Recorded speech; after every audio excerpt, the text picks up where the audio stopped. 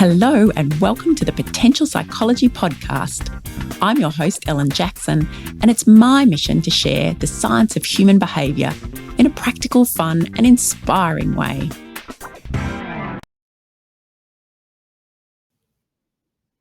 Okay, so with me today to celebrate 100 episodes of the show is the woman who joined me for our very first episode as our first guest a little over 3 years ago. She is Dr. Jo Mitchell, clinical and coaching psychologist and co-founder of The Mind Room, which is a wellbeing and performance psychology community in Collingwood in Melbourne, Victoria, here in Australia. And Jo works with people to achieve valued life goals and find meaning and live well. She works with professionals experiencing mental illness, burnout, or significant stress. She has a background in the sports industry herself, and her love is working with high performance and particularly managing work and life transitions, mental illness, and well-being. And there's a whole lot more I could tell you about Jo, but I'm going to let her tell that herself. Welcome back to the show, Jo. Thank you so much, Ellen. This is my first century, so thank you for gifting me that. Yes, well, look, it is exciting to have you on the show. It's exciting to be able to actually mark this occasion with a bit of reflection and perhaps a little bit of projection of what we think the wellbeing and positive psychology and other related spaces might be in the next however many, maybe if we reconvene in 3 years' time. But before we get to that, I'd love you to tell our listeners who perhaps don't know much about or anything perhaps about the Mind Room, because we have visited our listeners from all over the world, and perhaps a little about yourself. Absolutely. Well, we have just celebrated the launch of our new Mind Room venue, and it was a fun party, which I think is kind of key to who we are. Like, we take ourselves seriously in terms of the work that we do, but very much try to imbue the way that we approach psychology with joy and creativity. So myself, I'm a clinical and coaching psychologist. I probably spend maybe a day and a half of my week still seeing clients one-on-one, and then the rest of the time is doing podcasts like this one, but media pieces, but also working on projects that for us at the moment are that really beautiful balance of creativity, psychology, and well-being. And what can you give us an example of those sorts of projects? Yeah, like one of the ones that we completed during lockdown that I absolutely love, partly because I had to get quite ingenious about recording for it. At one stage, I had my doona over my head trying to complete the recording. Yeah. But it was a project with McClelland Art Gallery and Sculpture Park, and they obviously during COVID people couldn't get to their venue, and so they wanted to bring people in virtually. So they did some beautiful drone footage of some of their incredible, huge outdoor sculptures, and we put meditations to them. So we designed a script based around the artist and the artwork. So doing projects like that, which anyone can take a look online. If you look at McClelland Art Gallery and Sculpture Park, you'll find those meditations. They're still there, but they're really just beautiful.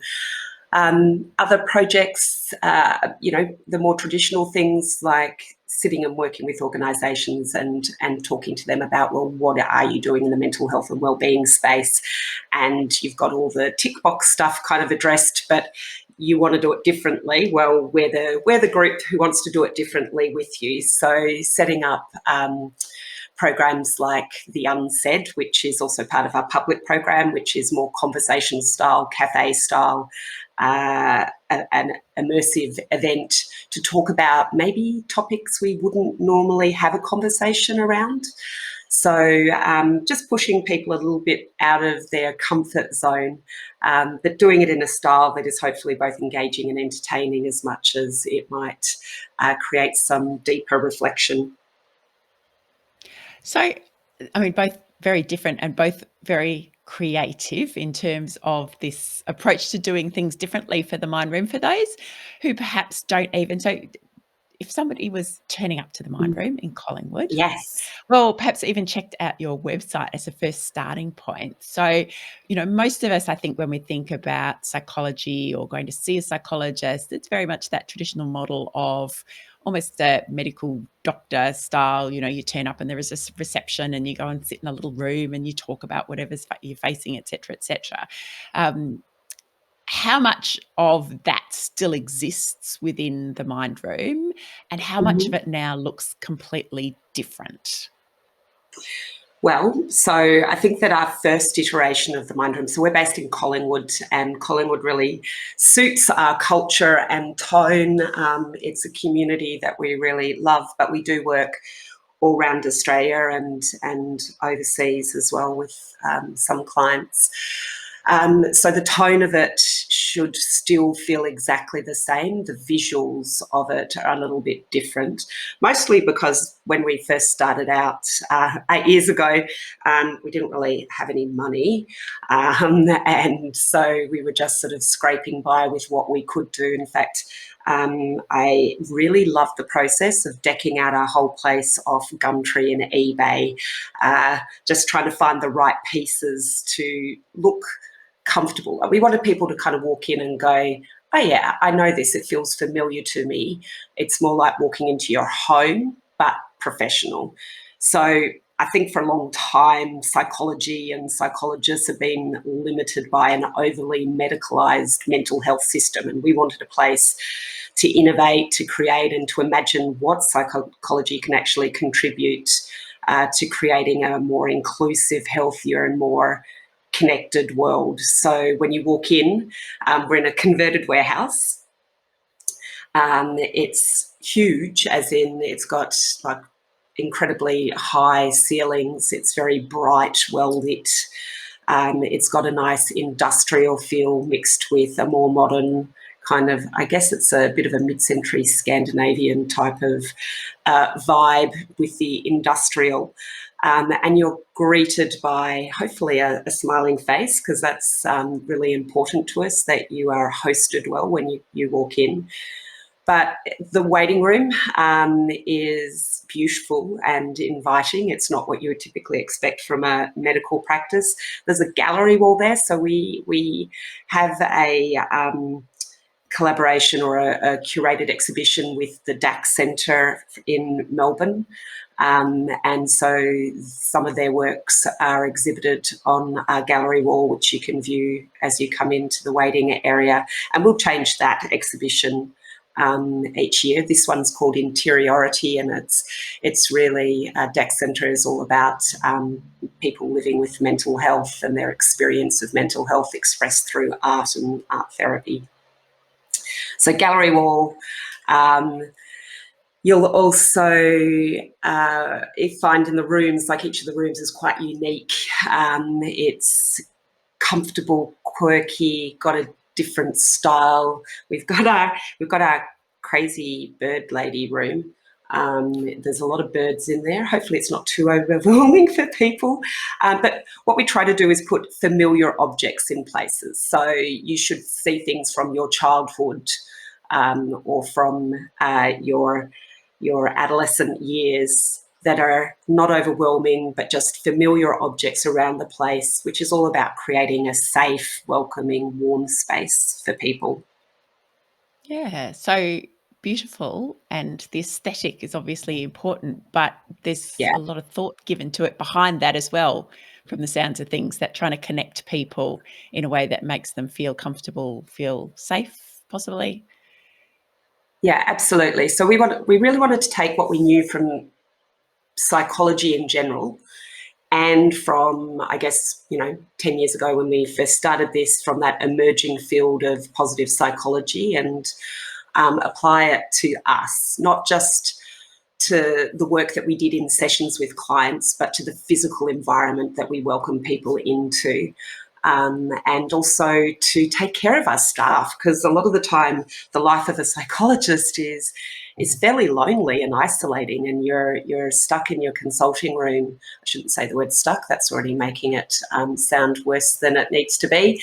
But you are in a room for a long period of time, and for a lot of people on their own, especially if you're a sole trader, that takes a toll. So for us, collaboration is really key, and so we have these shared workspaces so that nobody stays in their consulting room. They come out into the shared workspaces. There's, a retreat area, there's a cafe, there's like lots of places. There's places to, do a yoga session, or one of our rooms has a rowing machine. You can do, because we've got sports psychologists, so they do work where they get people on the rower and then get them to do some mental skills. So we've tried to build this in, not so it's an amazing experience just for clients, but also very much for our teams. So it gives them an opportunity to really shine and do what they do best, because it can be demanding work supporting people to navigate their mental health. Yeah. And so there's the kind of traditional model, I suppose, of one-on-one work with a psychologist. And then the Mind Room also runs a lot of workshops and other programs. In fact, I think I saw something on Instagram with a bit of life drawing involved over the Yes. weekend. Yeah. So we ran a class on the weekend, which was a combination of a local artist, Oslo Davis, and one of our psychologists, Jared White. And the two of them took people through this 3-hour guided experience of drawing their inner life. So it was called Inner Life Drawing. So the idea was it introduced you to some art skills, but it also was getting you to notice your internal experience, kind of that bread and butter of psychology, what you're thinking, feeling, and how that expresses itself in your behaviour, and to put that onto paper. So, yeah, classes like that or workshops like that is the direction that we're heading in. I mean, we also do more typical kind of psychoeducation on managing your emotions. But again, we're recognising people are time poor. They've got a lot of options in front of them. And so we have to get that balance right of really good science and sound evidence-based, but also engaging, immersive, entertaining for people as well. So there's going to be a couple of cool things coming up. We've also got a conversation with Greta Bradman, who, if people know Greta, she's on ABC Radio. She's a psychologist. She's an opera singer. She's got many strings to her bow, does Greta, but she's also really passionate about values and people understanding what their values are and really living their values. So she's teamed up with a lady by the name of Jacinta Parsons. And so the two of them are going to be talking about stories and tips and insights into how to make decisions that support a fulfilling and healthy life. So that kind of conversational style of event. And so these sorts of workshops and other events, these new direction or future direction for the Mind Room, is this pitched for everyone across the mental health spectrum? Is this about, mental ill health, or is it about performance, or is it really just that insight into who we are, how we function, how we can perhaps get some tips on operating at our best? I think that part of the issue is that mental health is synonymous with mental ill health a lot of the time, and it's got a lot of stigma around it. So we really wanted to create both a physical venue and an experience that smashes some of that stigma around mental health and seeing a psychologist. So we want somewhere that people are really open and proud to step in and to talk about the experience that they're having with us at the Mind Room, whether that's in a one-to-one session or it's in a class. So we invite anyone and everyone to come in. But if you're coming in thinking that the group or the workshops are going to be typical therapy, they're not. They're not intended as therapy for particular mental health issues. But I think what we do is we have really fabulous psychology facilitators who understand if people that are turning up that maybe have particular mental health issues and might struggle in typical class environments, they know how to manage and support that as well. So everyone's welcome. We get such a diversity of people turning up, which is what I totally love. And I think a lot of people look around and go, oh, they look fairly normal, so why are they here? I think it's really equalising and destigmatising just to go, it's not just me that maybe thinks this way or worries about these feelings that turn up for me or can't, get my shit together.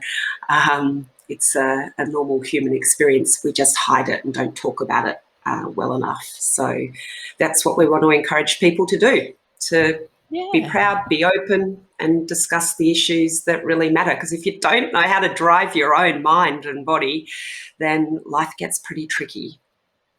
Yeah, and I can see that having this element of sort of another dimension, the creativity dimension, whether it's the art or conversation or any of these different ways, I suppose, of framing some of these situations up beyond what we might call traditional psychoeducation, which is just, as you say, that kind of talky workshop type model, is a great way to help people perhaps access some of those situations, to get involved.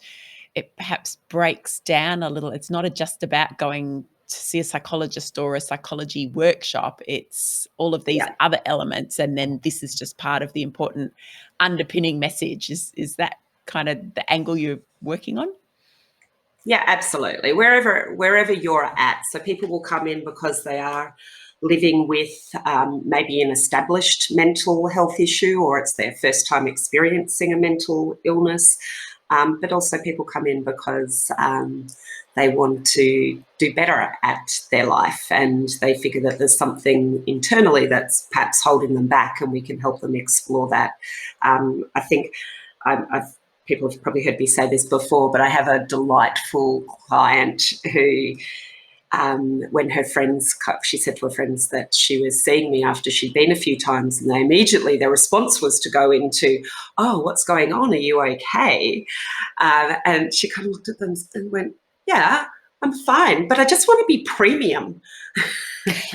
So I love that idea of, go see your psychologist because you want to be premium. Premium. That's a good way to do it. I've had another of our guests, James Garrett, who I've spoken to a couple of times, who's based in the US, and he's done a lot of work for himself and then kind of brought his community along with him. And he talks about it being version 2.0.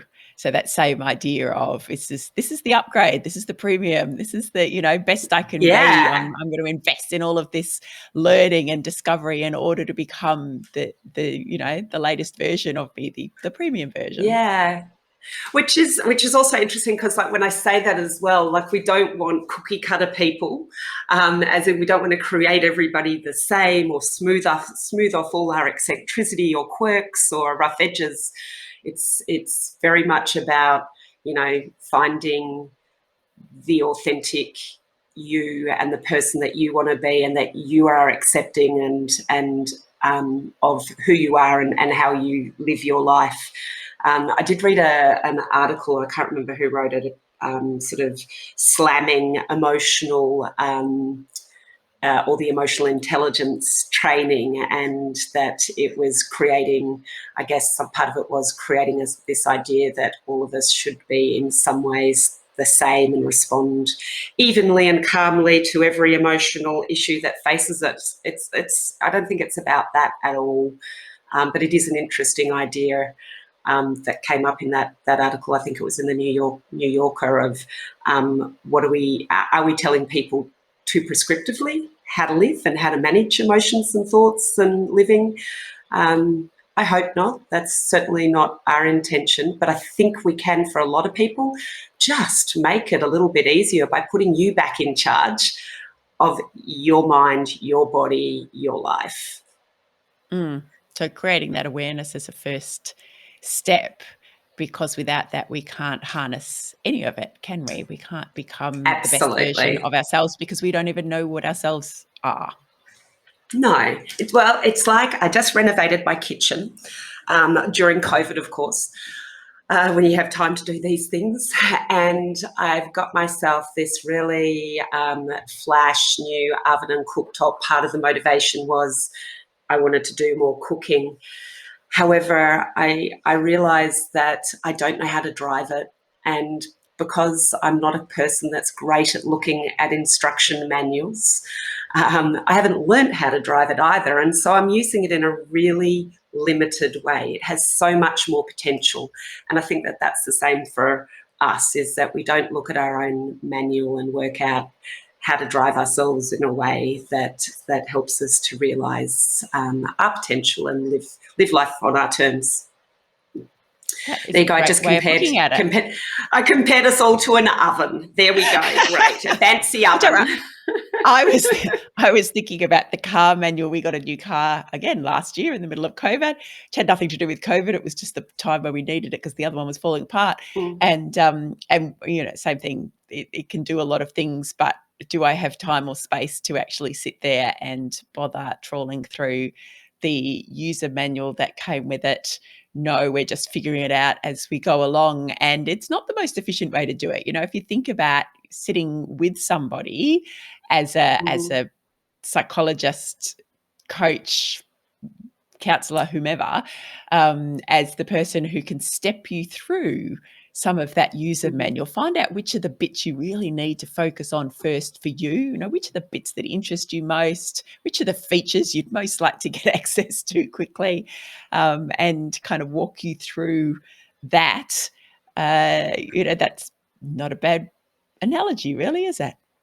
No, that's right. And I think the idea of we learn better when it's applied in our everyday life, right? So probably the best way for me to learn how to use my oven is to cook more and make more mistakes and try things out, as well as have the instruction manual beside me so I know how to use some of it. And so I think that coming in and going through this process over time, whether it's in a one-on-one format or a class format or an event format, it just helps you to understand some of these ideas and think about them in the context of your own life and how do I apply it here in my relationship or in my workplace, or in whatever part of your life that really kind of matters to you.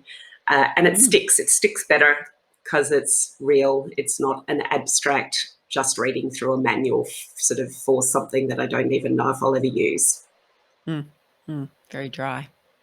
Jo, I'm intrigued. I'd like to take a little step back and see what it is you feel has changed in, perhaps, because talking about the mind room and all the cool and creative and exciting things that you're doing as and I love that you use the phrase community, because it really does, from all the messaging that goes out there, from your website to social media to the sorts of events that you put on, you do get a strong sense that this is a community rather than a physical location or a business or anything like that.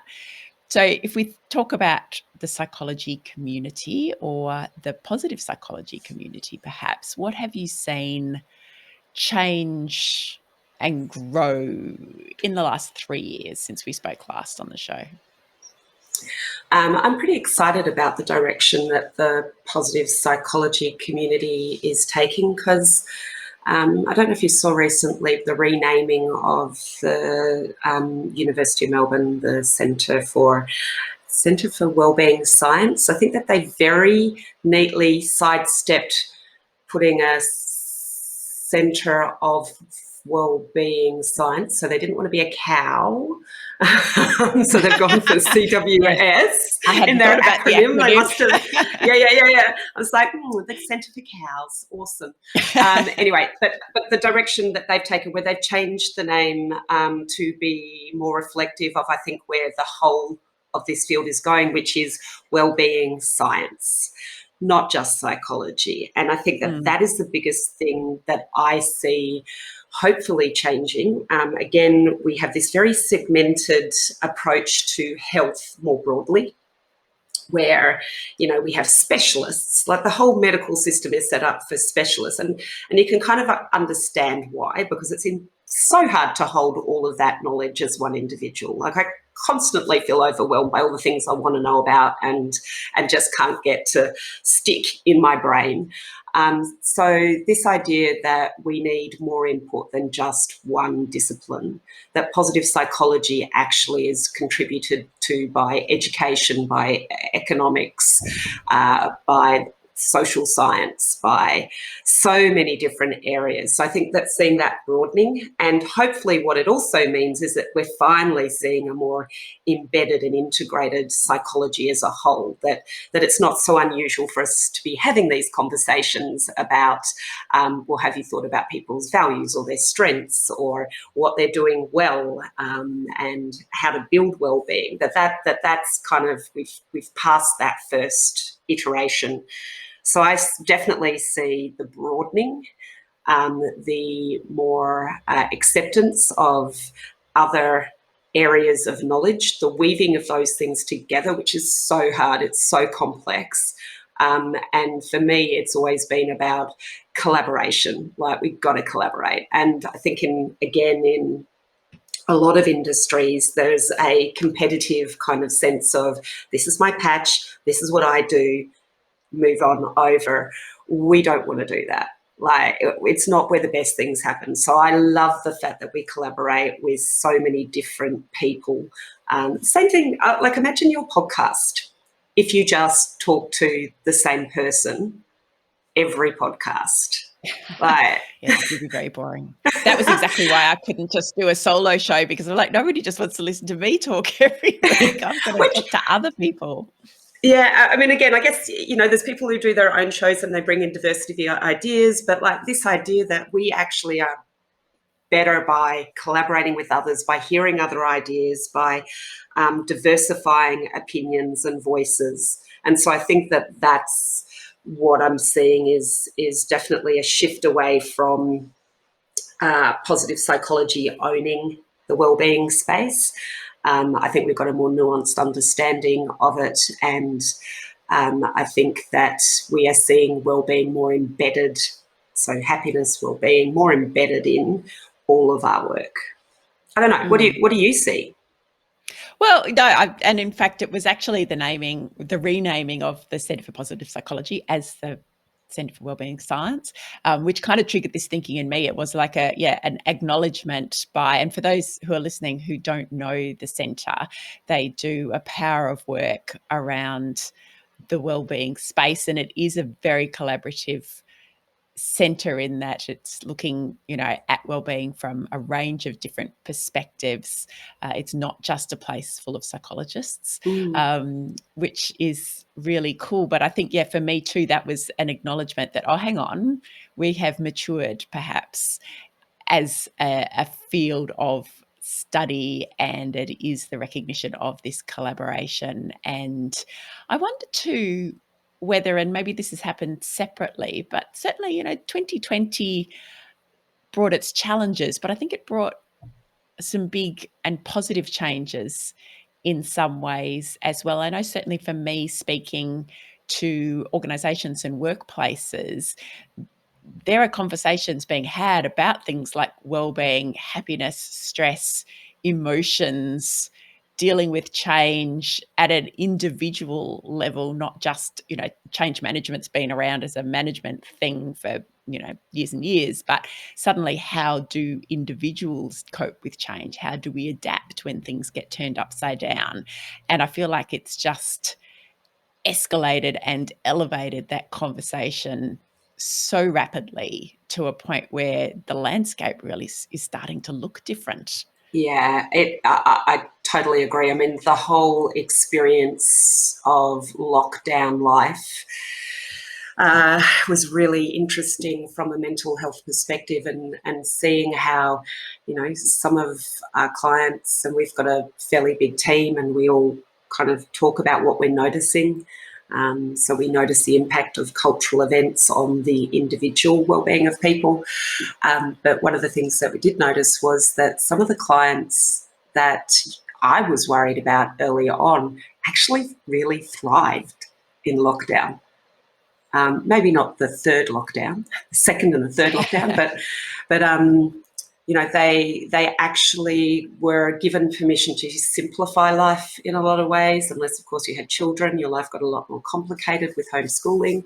But to simplify, and were forced to sit with yourself and think about what it is that you want and need in your life. So I know for me, it triggered I did the day that we went into lockdown in Melbourne, or the day before, I was sitting in the park with some friends. We had just done this sprint to get the mind room from 10% online to 100% online in a matter of weeks, while trying to navigate the whole political landscape of what it meant from a Medicare perspective, and wanting to, I guess, be able to support all of our staff and all of our clients. Anyway, we had this massive sprint. I'm sitting there in the park.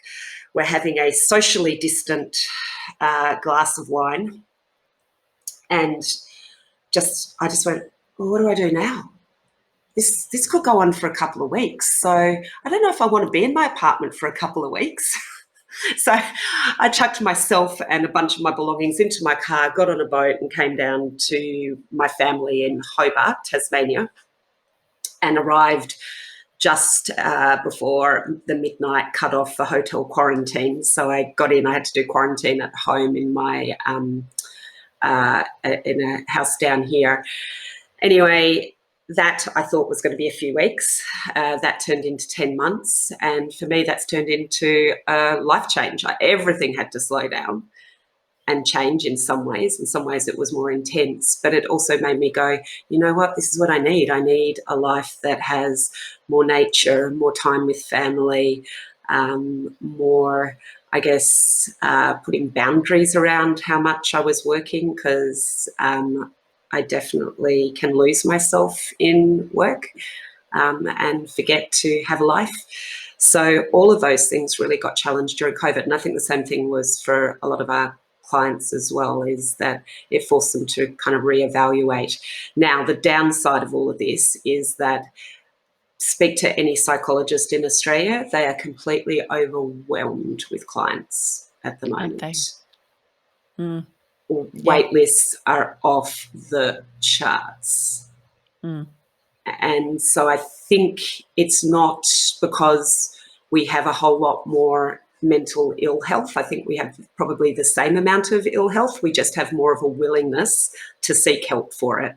And that is amazing, really amazing. It's fascinating, isn't it? Oh, sorry. I read an interesting article, and I can't remember where it was from now either, because probably like you read lots of things and it kind of the detail vanishes.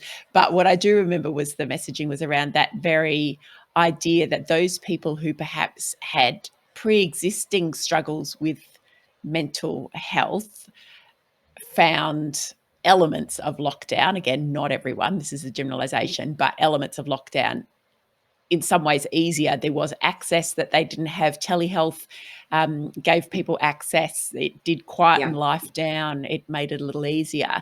And then it was possibly those people who were otherwise mostly robust, but suddenly thrown into such a different set of circumstances. I know from my own experience, remote schooling children while trying to work is not good for anybody's well-being or the family unit as a whole. It's not even actually possible when you think about how many, like, that's taking a full-time job and a full-time job and trying to smash them together, and on top of that have a healthy family life. Like, it's not even really viable. So unless you have one parent or a family member who's not working and has the space and the time to do the homeschooling, I mean, that's also, whether you want to be doing that as well. Well, yes, there's a bit of, yes. The odd moment of resentment, I think, crept in there. And I think, for me, it wasn't, well, everybody's experience is different. And it was really interesting speaking to a number of different parents about because some cruised through, kids were fine, not an issue. Others, it was impossible, depended on the age, depended so much on your children. And I learned so much about, if I look at it, for the positives in this, I learned so much about my two children and the way they approach their work and what they need to thrive. So my little one, he needs the other people around him for, even though he's not particularly extroverted, it was something around the whether it's the standard they set or he has to rise to the challenge that is set by being, immersed with other people. And so doing it on his own was it just didn't work for him. So, and then I'm dealing with all of that. And of course, being the psychologist, I had to look at it all through the psychological lens of, what's going on here and why this emotion and why that and what's going on there. But, so when you can look at everything from different perspectives. But yes, I think for those of us for whom it was like, oh my goodness, you've just thrown my world upside down, that is where that conversation came in. And yes, maybe that has, and I hope it has, led a lot of other people to seek the support of a psychologist, even though nobody can actually service them because we don't have enough access to everyone. Which is the really tricky part, which is also why I think it's really important that we don't just do the one-on-one psychology work, because we're never going to get, we can do really amazing, impactful, deep work, but you're never going to get the reach. So for us, it's about getting reach. And so if we can have a variety of ways that we can support people, then that's got to be good for the whole community. And for us, it's what can we do outside of the therapy room? That's what I'm really excited about. And psychology has so much to contribute. But if we just look at ourselves as being, well, we only do psychology in the therapy room, or we have a bunch of hacks that we can give you that might hit popular media or be useful in your team change management leadership program, then we're really limiting ourselves. So we're excited about how do we perhaps go to the places and spaces that people exist and live and love to be, are naturally drawn to, and give it a layer, which is an understanding of something about either yourself or the way that you relate to others or to the world. So it becomes much more of that one-to-many type model that perhaps, while we're thinking about what's changed over the last 3 years and what we want to change into the future, creating more opportunities or seeing psychology or seeing wellbeing science, as it, really is, through that lens of how do we create that one-to-many experience. Because, again, exactly. opportunity systems change there as well. We know that the inverted commas, the mental health system isn't working as we need it to at the moment, rather than trying to just keep doing more of what we already do. Let's change the system, do it differently, do it in a and I think part of it's that issue though of a lot of our mental ill health issues at the more severe end. Absolutely, the mental health system is absolutely necessary, but a lot of our ill health issues are about the kind of community that we've created for ourselves. And I think that that's what lockdown and COVID created, was for a lot of people thinking about, how do I want to live my life? What matters most? Do I need to keep perpetuating this culture of busy and just running myself ragged? Because in doing that, I go into autopilot. If I go into autopilot, then I tend to fall prey to all of the joys of a consumerist society. So I think that the responsibility for mental ill health comes back to us changing culture and us creating more open, welcoming, diverse places for people to talk about mental health, what's going on for them psychologically, how they're managing, what they're doing that looks after them, and giving them permission to do more of that. So, I know the things that look after me, but for a lot of stages of my life, I haven't done them. So if we Yeah. can, as a community, give people permission in the same way that you're talking about your son, it's like the group gives him permission to lean in and be engaged in his schooling. So I think that we need the same thing around mental health and well-being, is that the community supports us in taking care of what matters most. So aside from what the Mind Room are doing in that space, Jo, who else are you seeing doing cool stuff? Where else is this kind of community-led press pause, be open to having conversations stuff occurring? Yeah, so I see there is a group in Sydney called the Indigo Project. And I'd say for me, they're probably the only other ones that I've seen in terms of being both a psychology practice and doing something creative and cultural and impactful. So Mary Huang and her team at Indigo Project do some really beautiful work, including just this. I don't know if you've seen the death meditation that was run recently at the Opera House, and it's a combination of psychology, but also music and meditation, and this really immersive but powerful experience. But you are being, I think, held by really capable hands rather than sometimes I think it's easy to kind of push people into psychological experiences that can go a little awry, whereas Mary and the team do it really well. So Indigo Project, I think that their work is fantastic. I think that anyone, people like yourself, getting out and talking to a range of people, like that has impact, yeah? People, especially, I don't know about you, but like I've been listening to so many more podcasts in the last year than I perhaps was before. But I think that exposes us to great ideas, different thinking, and, the diversity of voices that we need. But otherwise, I think that we probably see more good work being done by non-psychologically based institutions, that they're kind of going, oh, well, if those guys aren't doing it, we need to. And while I think that's fantastic, I also think that there's a missed opportunity for the field or industry of psychology. Like, we should be in there. We should be part of the discussion. What have you seen that you kind of look at and see as being exciting, innovative, doing it differently?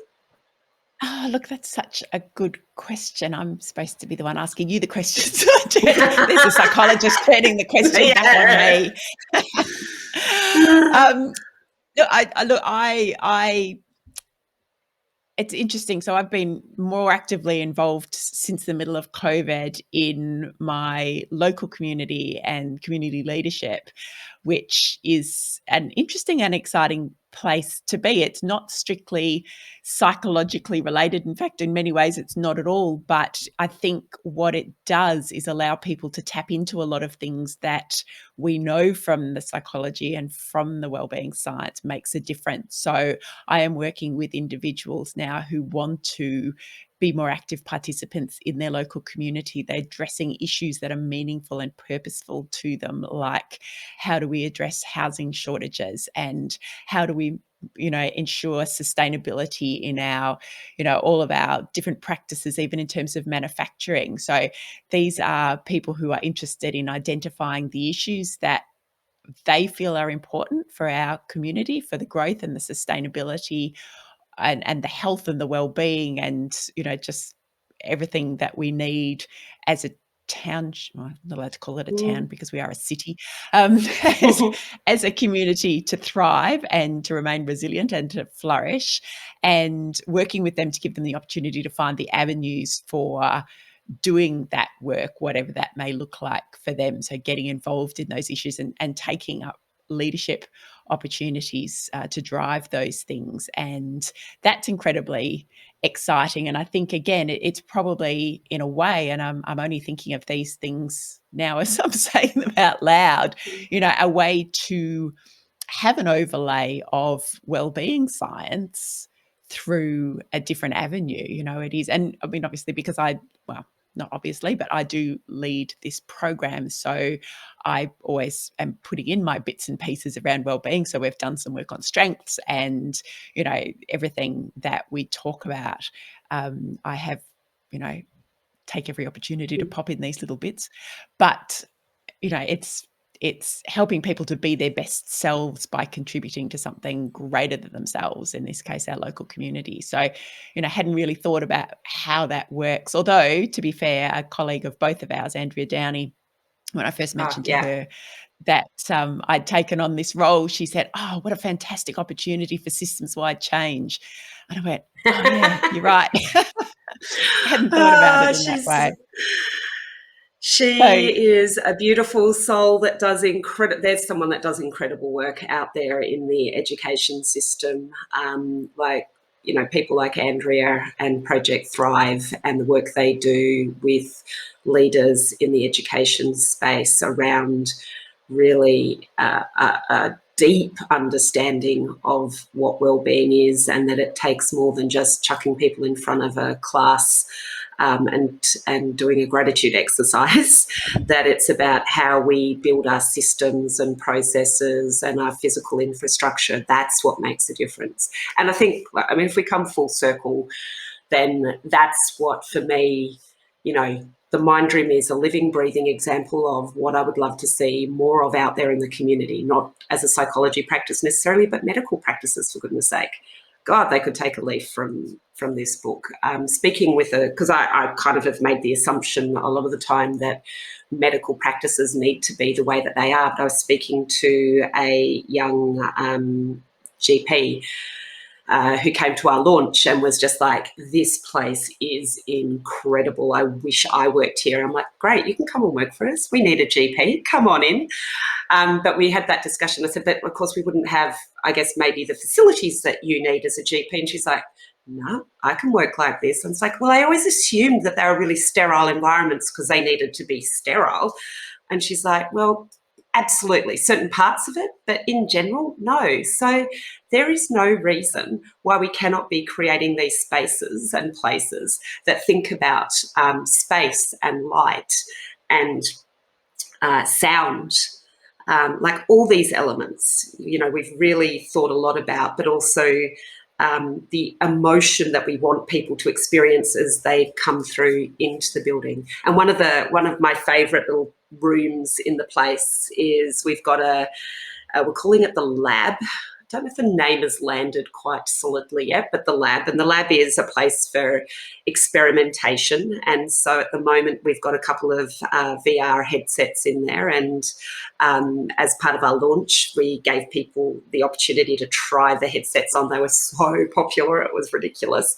People just discovering that virtual world, which is pretty amazing. I don't know if have you had a go with the Oculus? Have, yeah. I did it at Yeah. It was at the Positive Psychology conference, the international conference that we had in Melbourne in July, I want to say last year, but it has to be the year before. And they were doing some great work with it. You pop the headset on and it took you to places where, and I can't remember the name of the mob who were doing it, I'll have to look it up, particularly for those people who had mobility limitations or access limitations to get out into nature. So one of the things I tried was just popping the headset on, and it was like we were taking a trip down the Murray River on a boat, and suddenly that physical experience of just being, oh, isn't this, I'm floating, I'm gliding, the trees, the sunshine, incredibly powerful. It's amazing. So, we're trying to understand how do we use these both in therapy, in practice, and there's a number of companies out there that are producing clinically based tools. But I also think that often those ones get a little bit left behind in the graphics and the latest technology. So the experience isn't quite as immersive as you might get if you were playing Beat Saber or one of those more popular games on the headset. So what we're interested in is, well, how do we use the commercially available games and tools that are out there that are going to be really incredible quality, and how do we adapt them for our own uses in the psychology space, in both for the one-on-one therapy experience, but I love the idea that we could drop a bunch of these virtual reality headsets into regional and remote areas, and people could pop a headset on and connect with their therapist who's back in Collingwood. But we're sitting in a shared space, whether that's in nature or whether that's in a consulting room or like wherever it is that you want to be. So there's so many kind of like interesting ways we could be using them, whether it's as an engagement tool or whether it's for exposure for therapy of some kind, so, or relaxation or mindfulness training, So those kinds of ideas of let's take a look at what's happening already rather than necessarily going away and doing something bespoke, and how do we adapt and use that in the work that we do. Do more of what's working well. Yeah, you don't have to reinvent the wheel. Yeah. So if we were to look forward now for another 3 years and get together again in episode whatever that may take us to, I'd like to say it might be episode 200. Maybe they'll happen faster. Maybe they'll happen slower. Who knows? But if we were to project ourselves forward and you really saw this vision of wellbeing science coming to life, systems-wide change, community-led change, what would that look like? Oh, so for me, it would look collaborative, because I think that getting together and working our way through these issues as a community is key. So rather than, setting up institutions or groups that just want to do their specialization, like positive psychology. Like a positive psychology for a long time there was very, very focused and narrow and concerned about a very particular niche piece of psychology, rather than looking at how that actually embedded across all of psychology or across all of the health issues that we have. So those kinds of collaborations where you've got doctors, psychologists, economists, educators, like more of those environments, architects. Oh my God. In fact, that was part of the delight of this project, was working with the building industry, going, this is our vision. And they were so excited. They're just like, you mean we just don't have to do another commercial fit out? We're actually doing something with purpose and meaning. It was amazing, really amazing. And for me to learn the more practical aspects of it, like compliance. Oh my God, if you walk into the mind room and there's something you're going, that's a bit weird, why'd you do it like that? I'm just going to say compliance. It's always compliance. There was a rule. From lighting levels to sound to doorway spaces. It's like, oh my God. Anyway, so more of those collaborative, integrated, diverse groups getting together and solving, I think, the issues that we face as a community. But I also hope in 3 years' time that we don't have the same culture of busyness that is so embedded that if nothing else, because I definitely see that sense of that loosening during the COVID period of people going, ugh, I don't want to be that so much anymore. I hope we sustain it, and I hope that we actually keep making that localized change, because I think that's the world opened up. We can see everything happening all over the place, but actually where we can really affect the change is locally. So integrated, diverse, collaborative, and local. That's the nature of business and organisations and the work that I hope we're seeing a lot more of in 3 years' time. Just snap onto that one, Ellen. Get that happening. Well, we had to start the conversation somewhere. So let's see, you have to start with a vision, don't you? So that you know what it is you're working towards. But certainly for me, that's an incredibly compelling vision. It's already given me lots of ideas for things that I might be able to do to play a little part in that, as a psychologist, but also as part of my local community and just someone who's passionate about helping all of us to thrive and our communities to thrive and to flourish. So, Jo, thank you so much. That conversation went in wonderful directions, as the best conversations always do. It's been a delight to have you back as our guest to celebrate our 100th episode of the Potential Psychology podcast. And I absolutely will ensure that we have you back to celebrate again, maybe at 200, maybe before then. There's lots of cool things that we can talk about. And I will put all of because we've spoken about lots of other organisations, work that's being done, resources, ideas, a couple of articles that we've both read that we can't remember the name of. Can't put the details of those in the show notes, but we will put the details of everything else I can gather together for our listeners. And of course, they can find you via the Mind Room, even though you're not physically there all the time because you're in beautiful Hobart. Yeah, absolutely. But we also, I'm really excited. We've launched our physical space. We are also in May. Oh God, that's now. What did I just say? We're in May. Later in May, we will be launching our new website as well. What I'm super excited about with this is that it does I think it is a reflection of the ideas that we have talked about here today, and that it is very editorially driven. So it will hopefully reflect the ideas that are coming out and the diversity of voices, while also obviously trying to showcase some of the work that we do to inspire others. So come back. If you go to our website and you're like, looks a little dated, then come back at the end of May and you'll get the new version, which we're really proud to show. And it'll have a lot of those links to these kinds of articles that I mention and don't remember the author's name. The details of. Beautiful. That sounds like a fantastic resource for us all perhaps to work together. I encourage all of our listeners who perhaps have an interest we can all have an impact at a local level in terms of helping to create our communities, our families, our organisations, workplaces, anywhere we operate to thrive. And that sounds like a perfect resource for people to be able to use as a bit of a launching pad. Jo, thank you again. We'll speak to you soon. Thank you so much, Ellen. Have a beautiful day.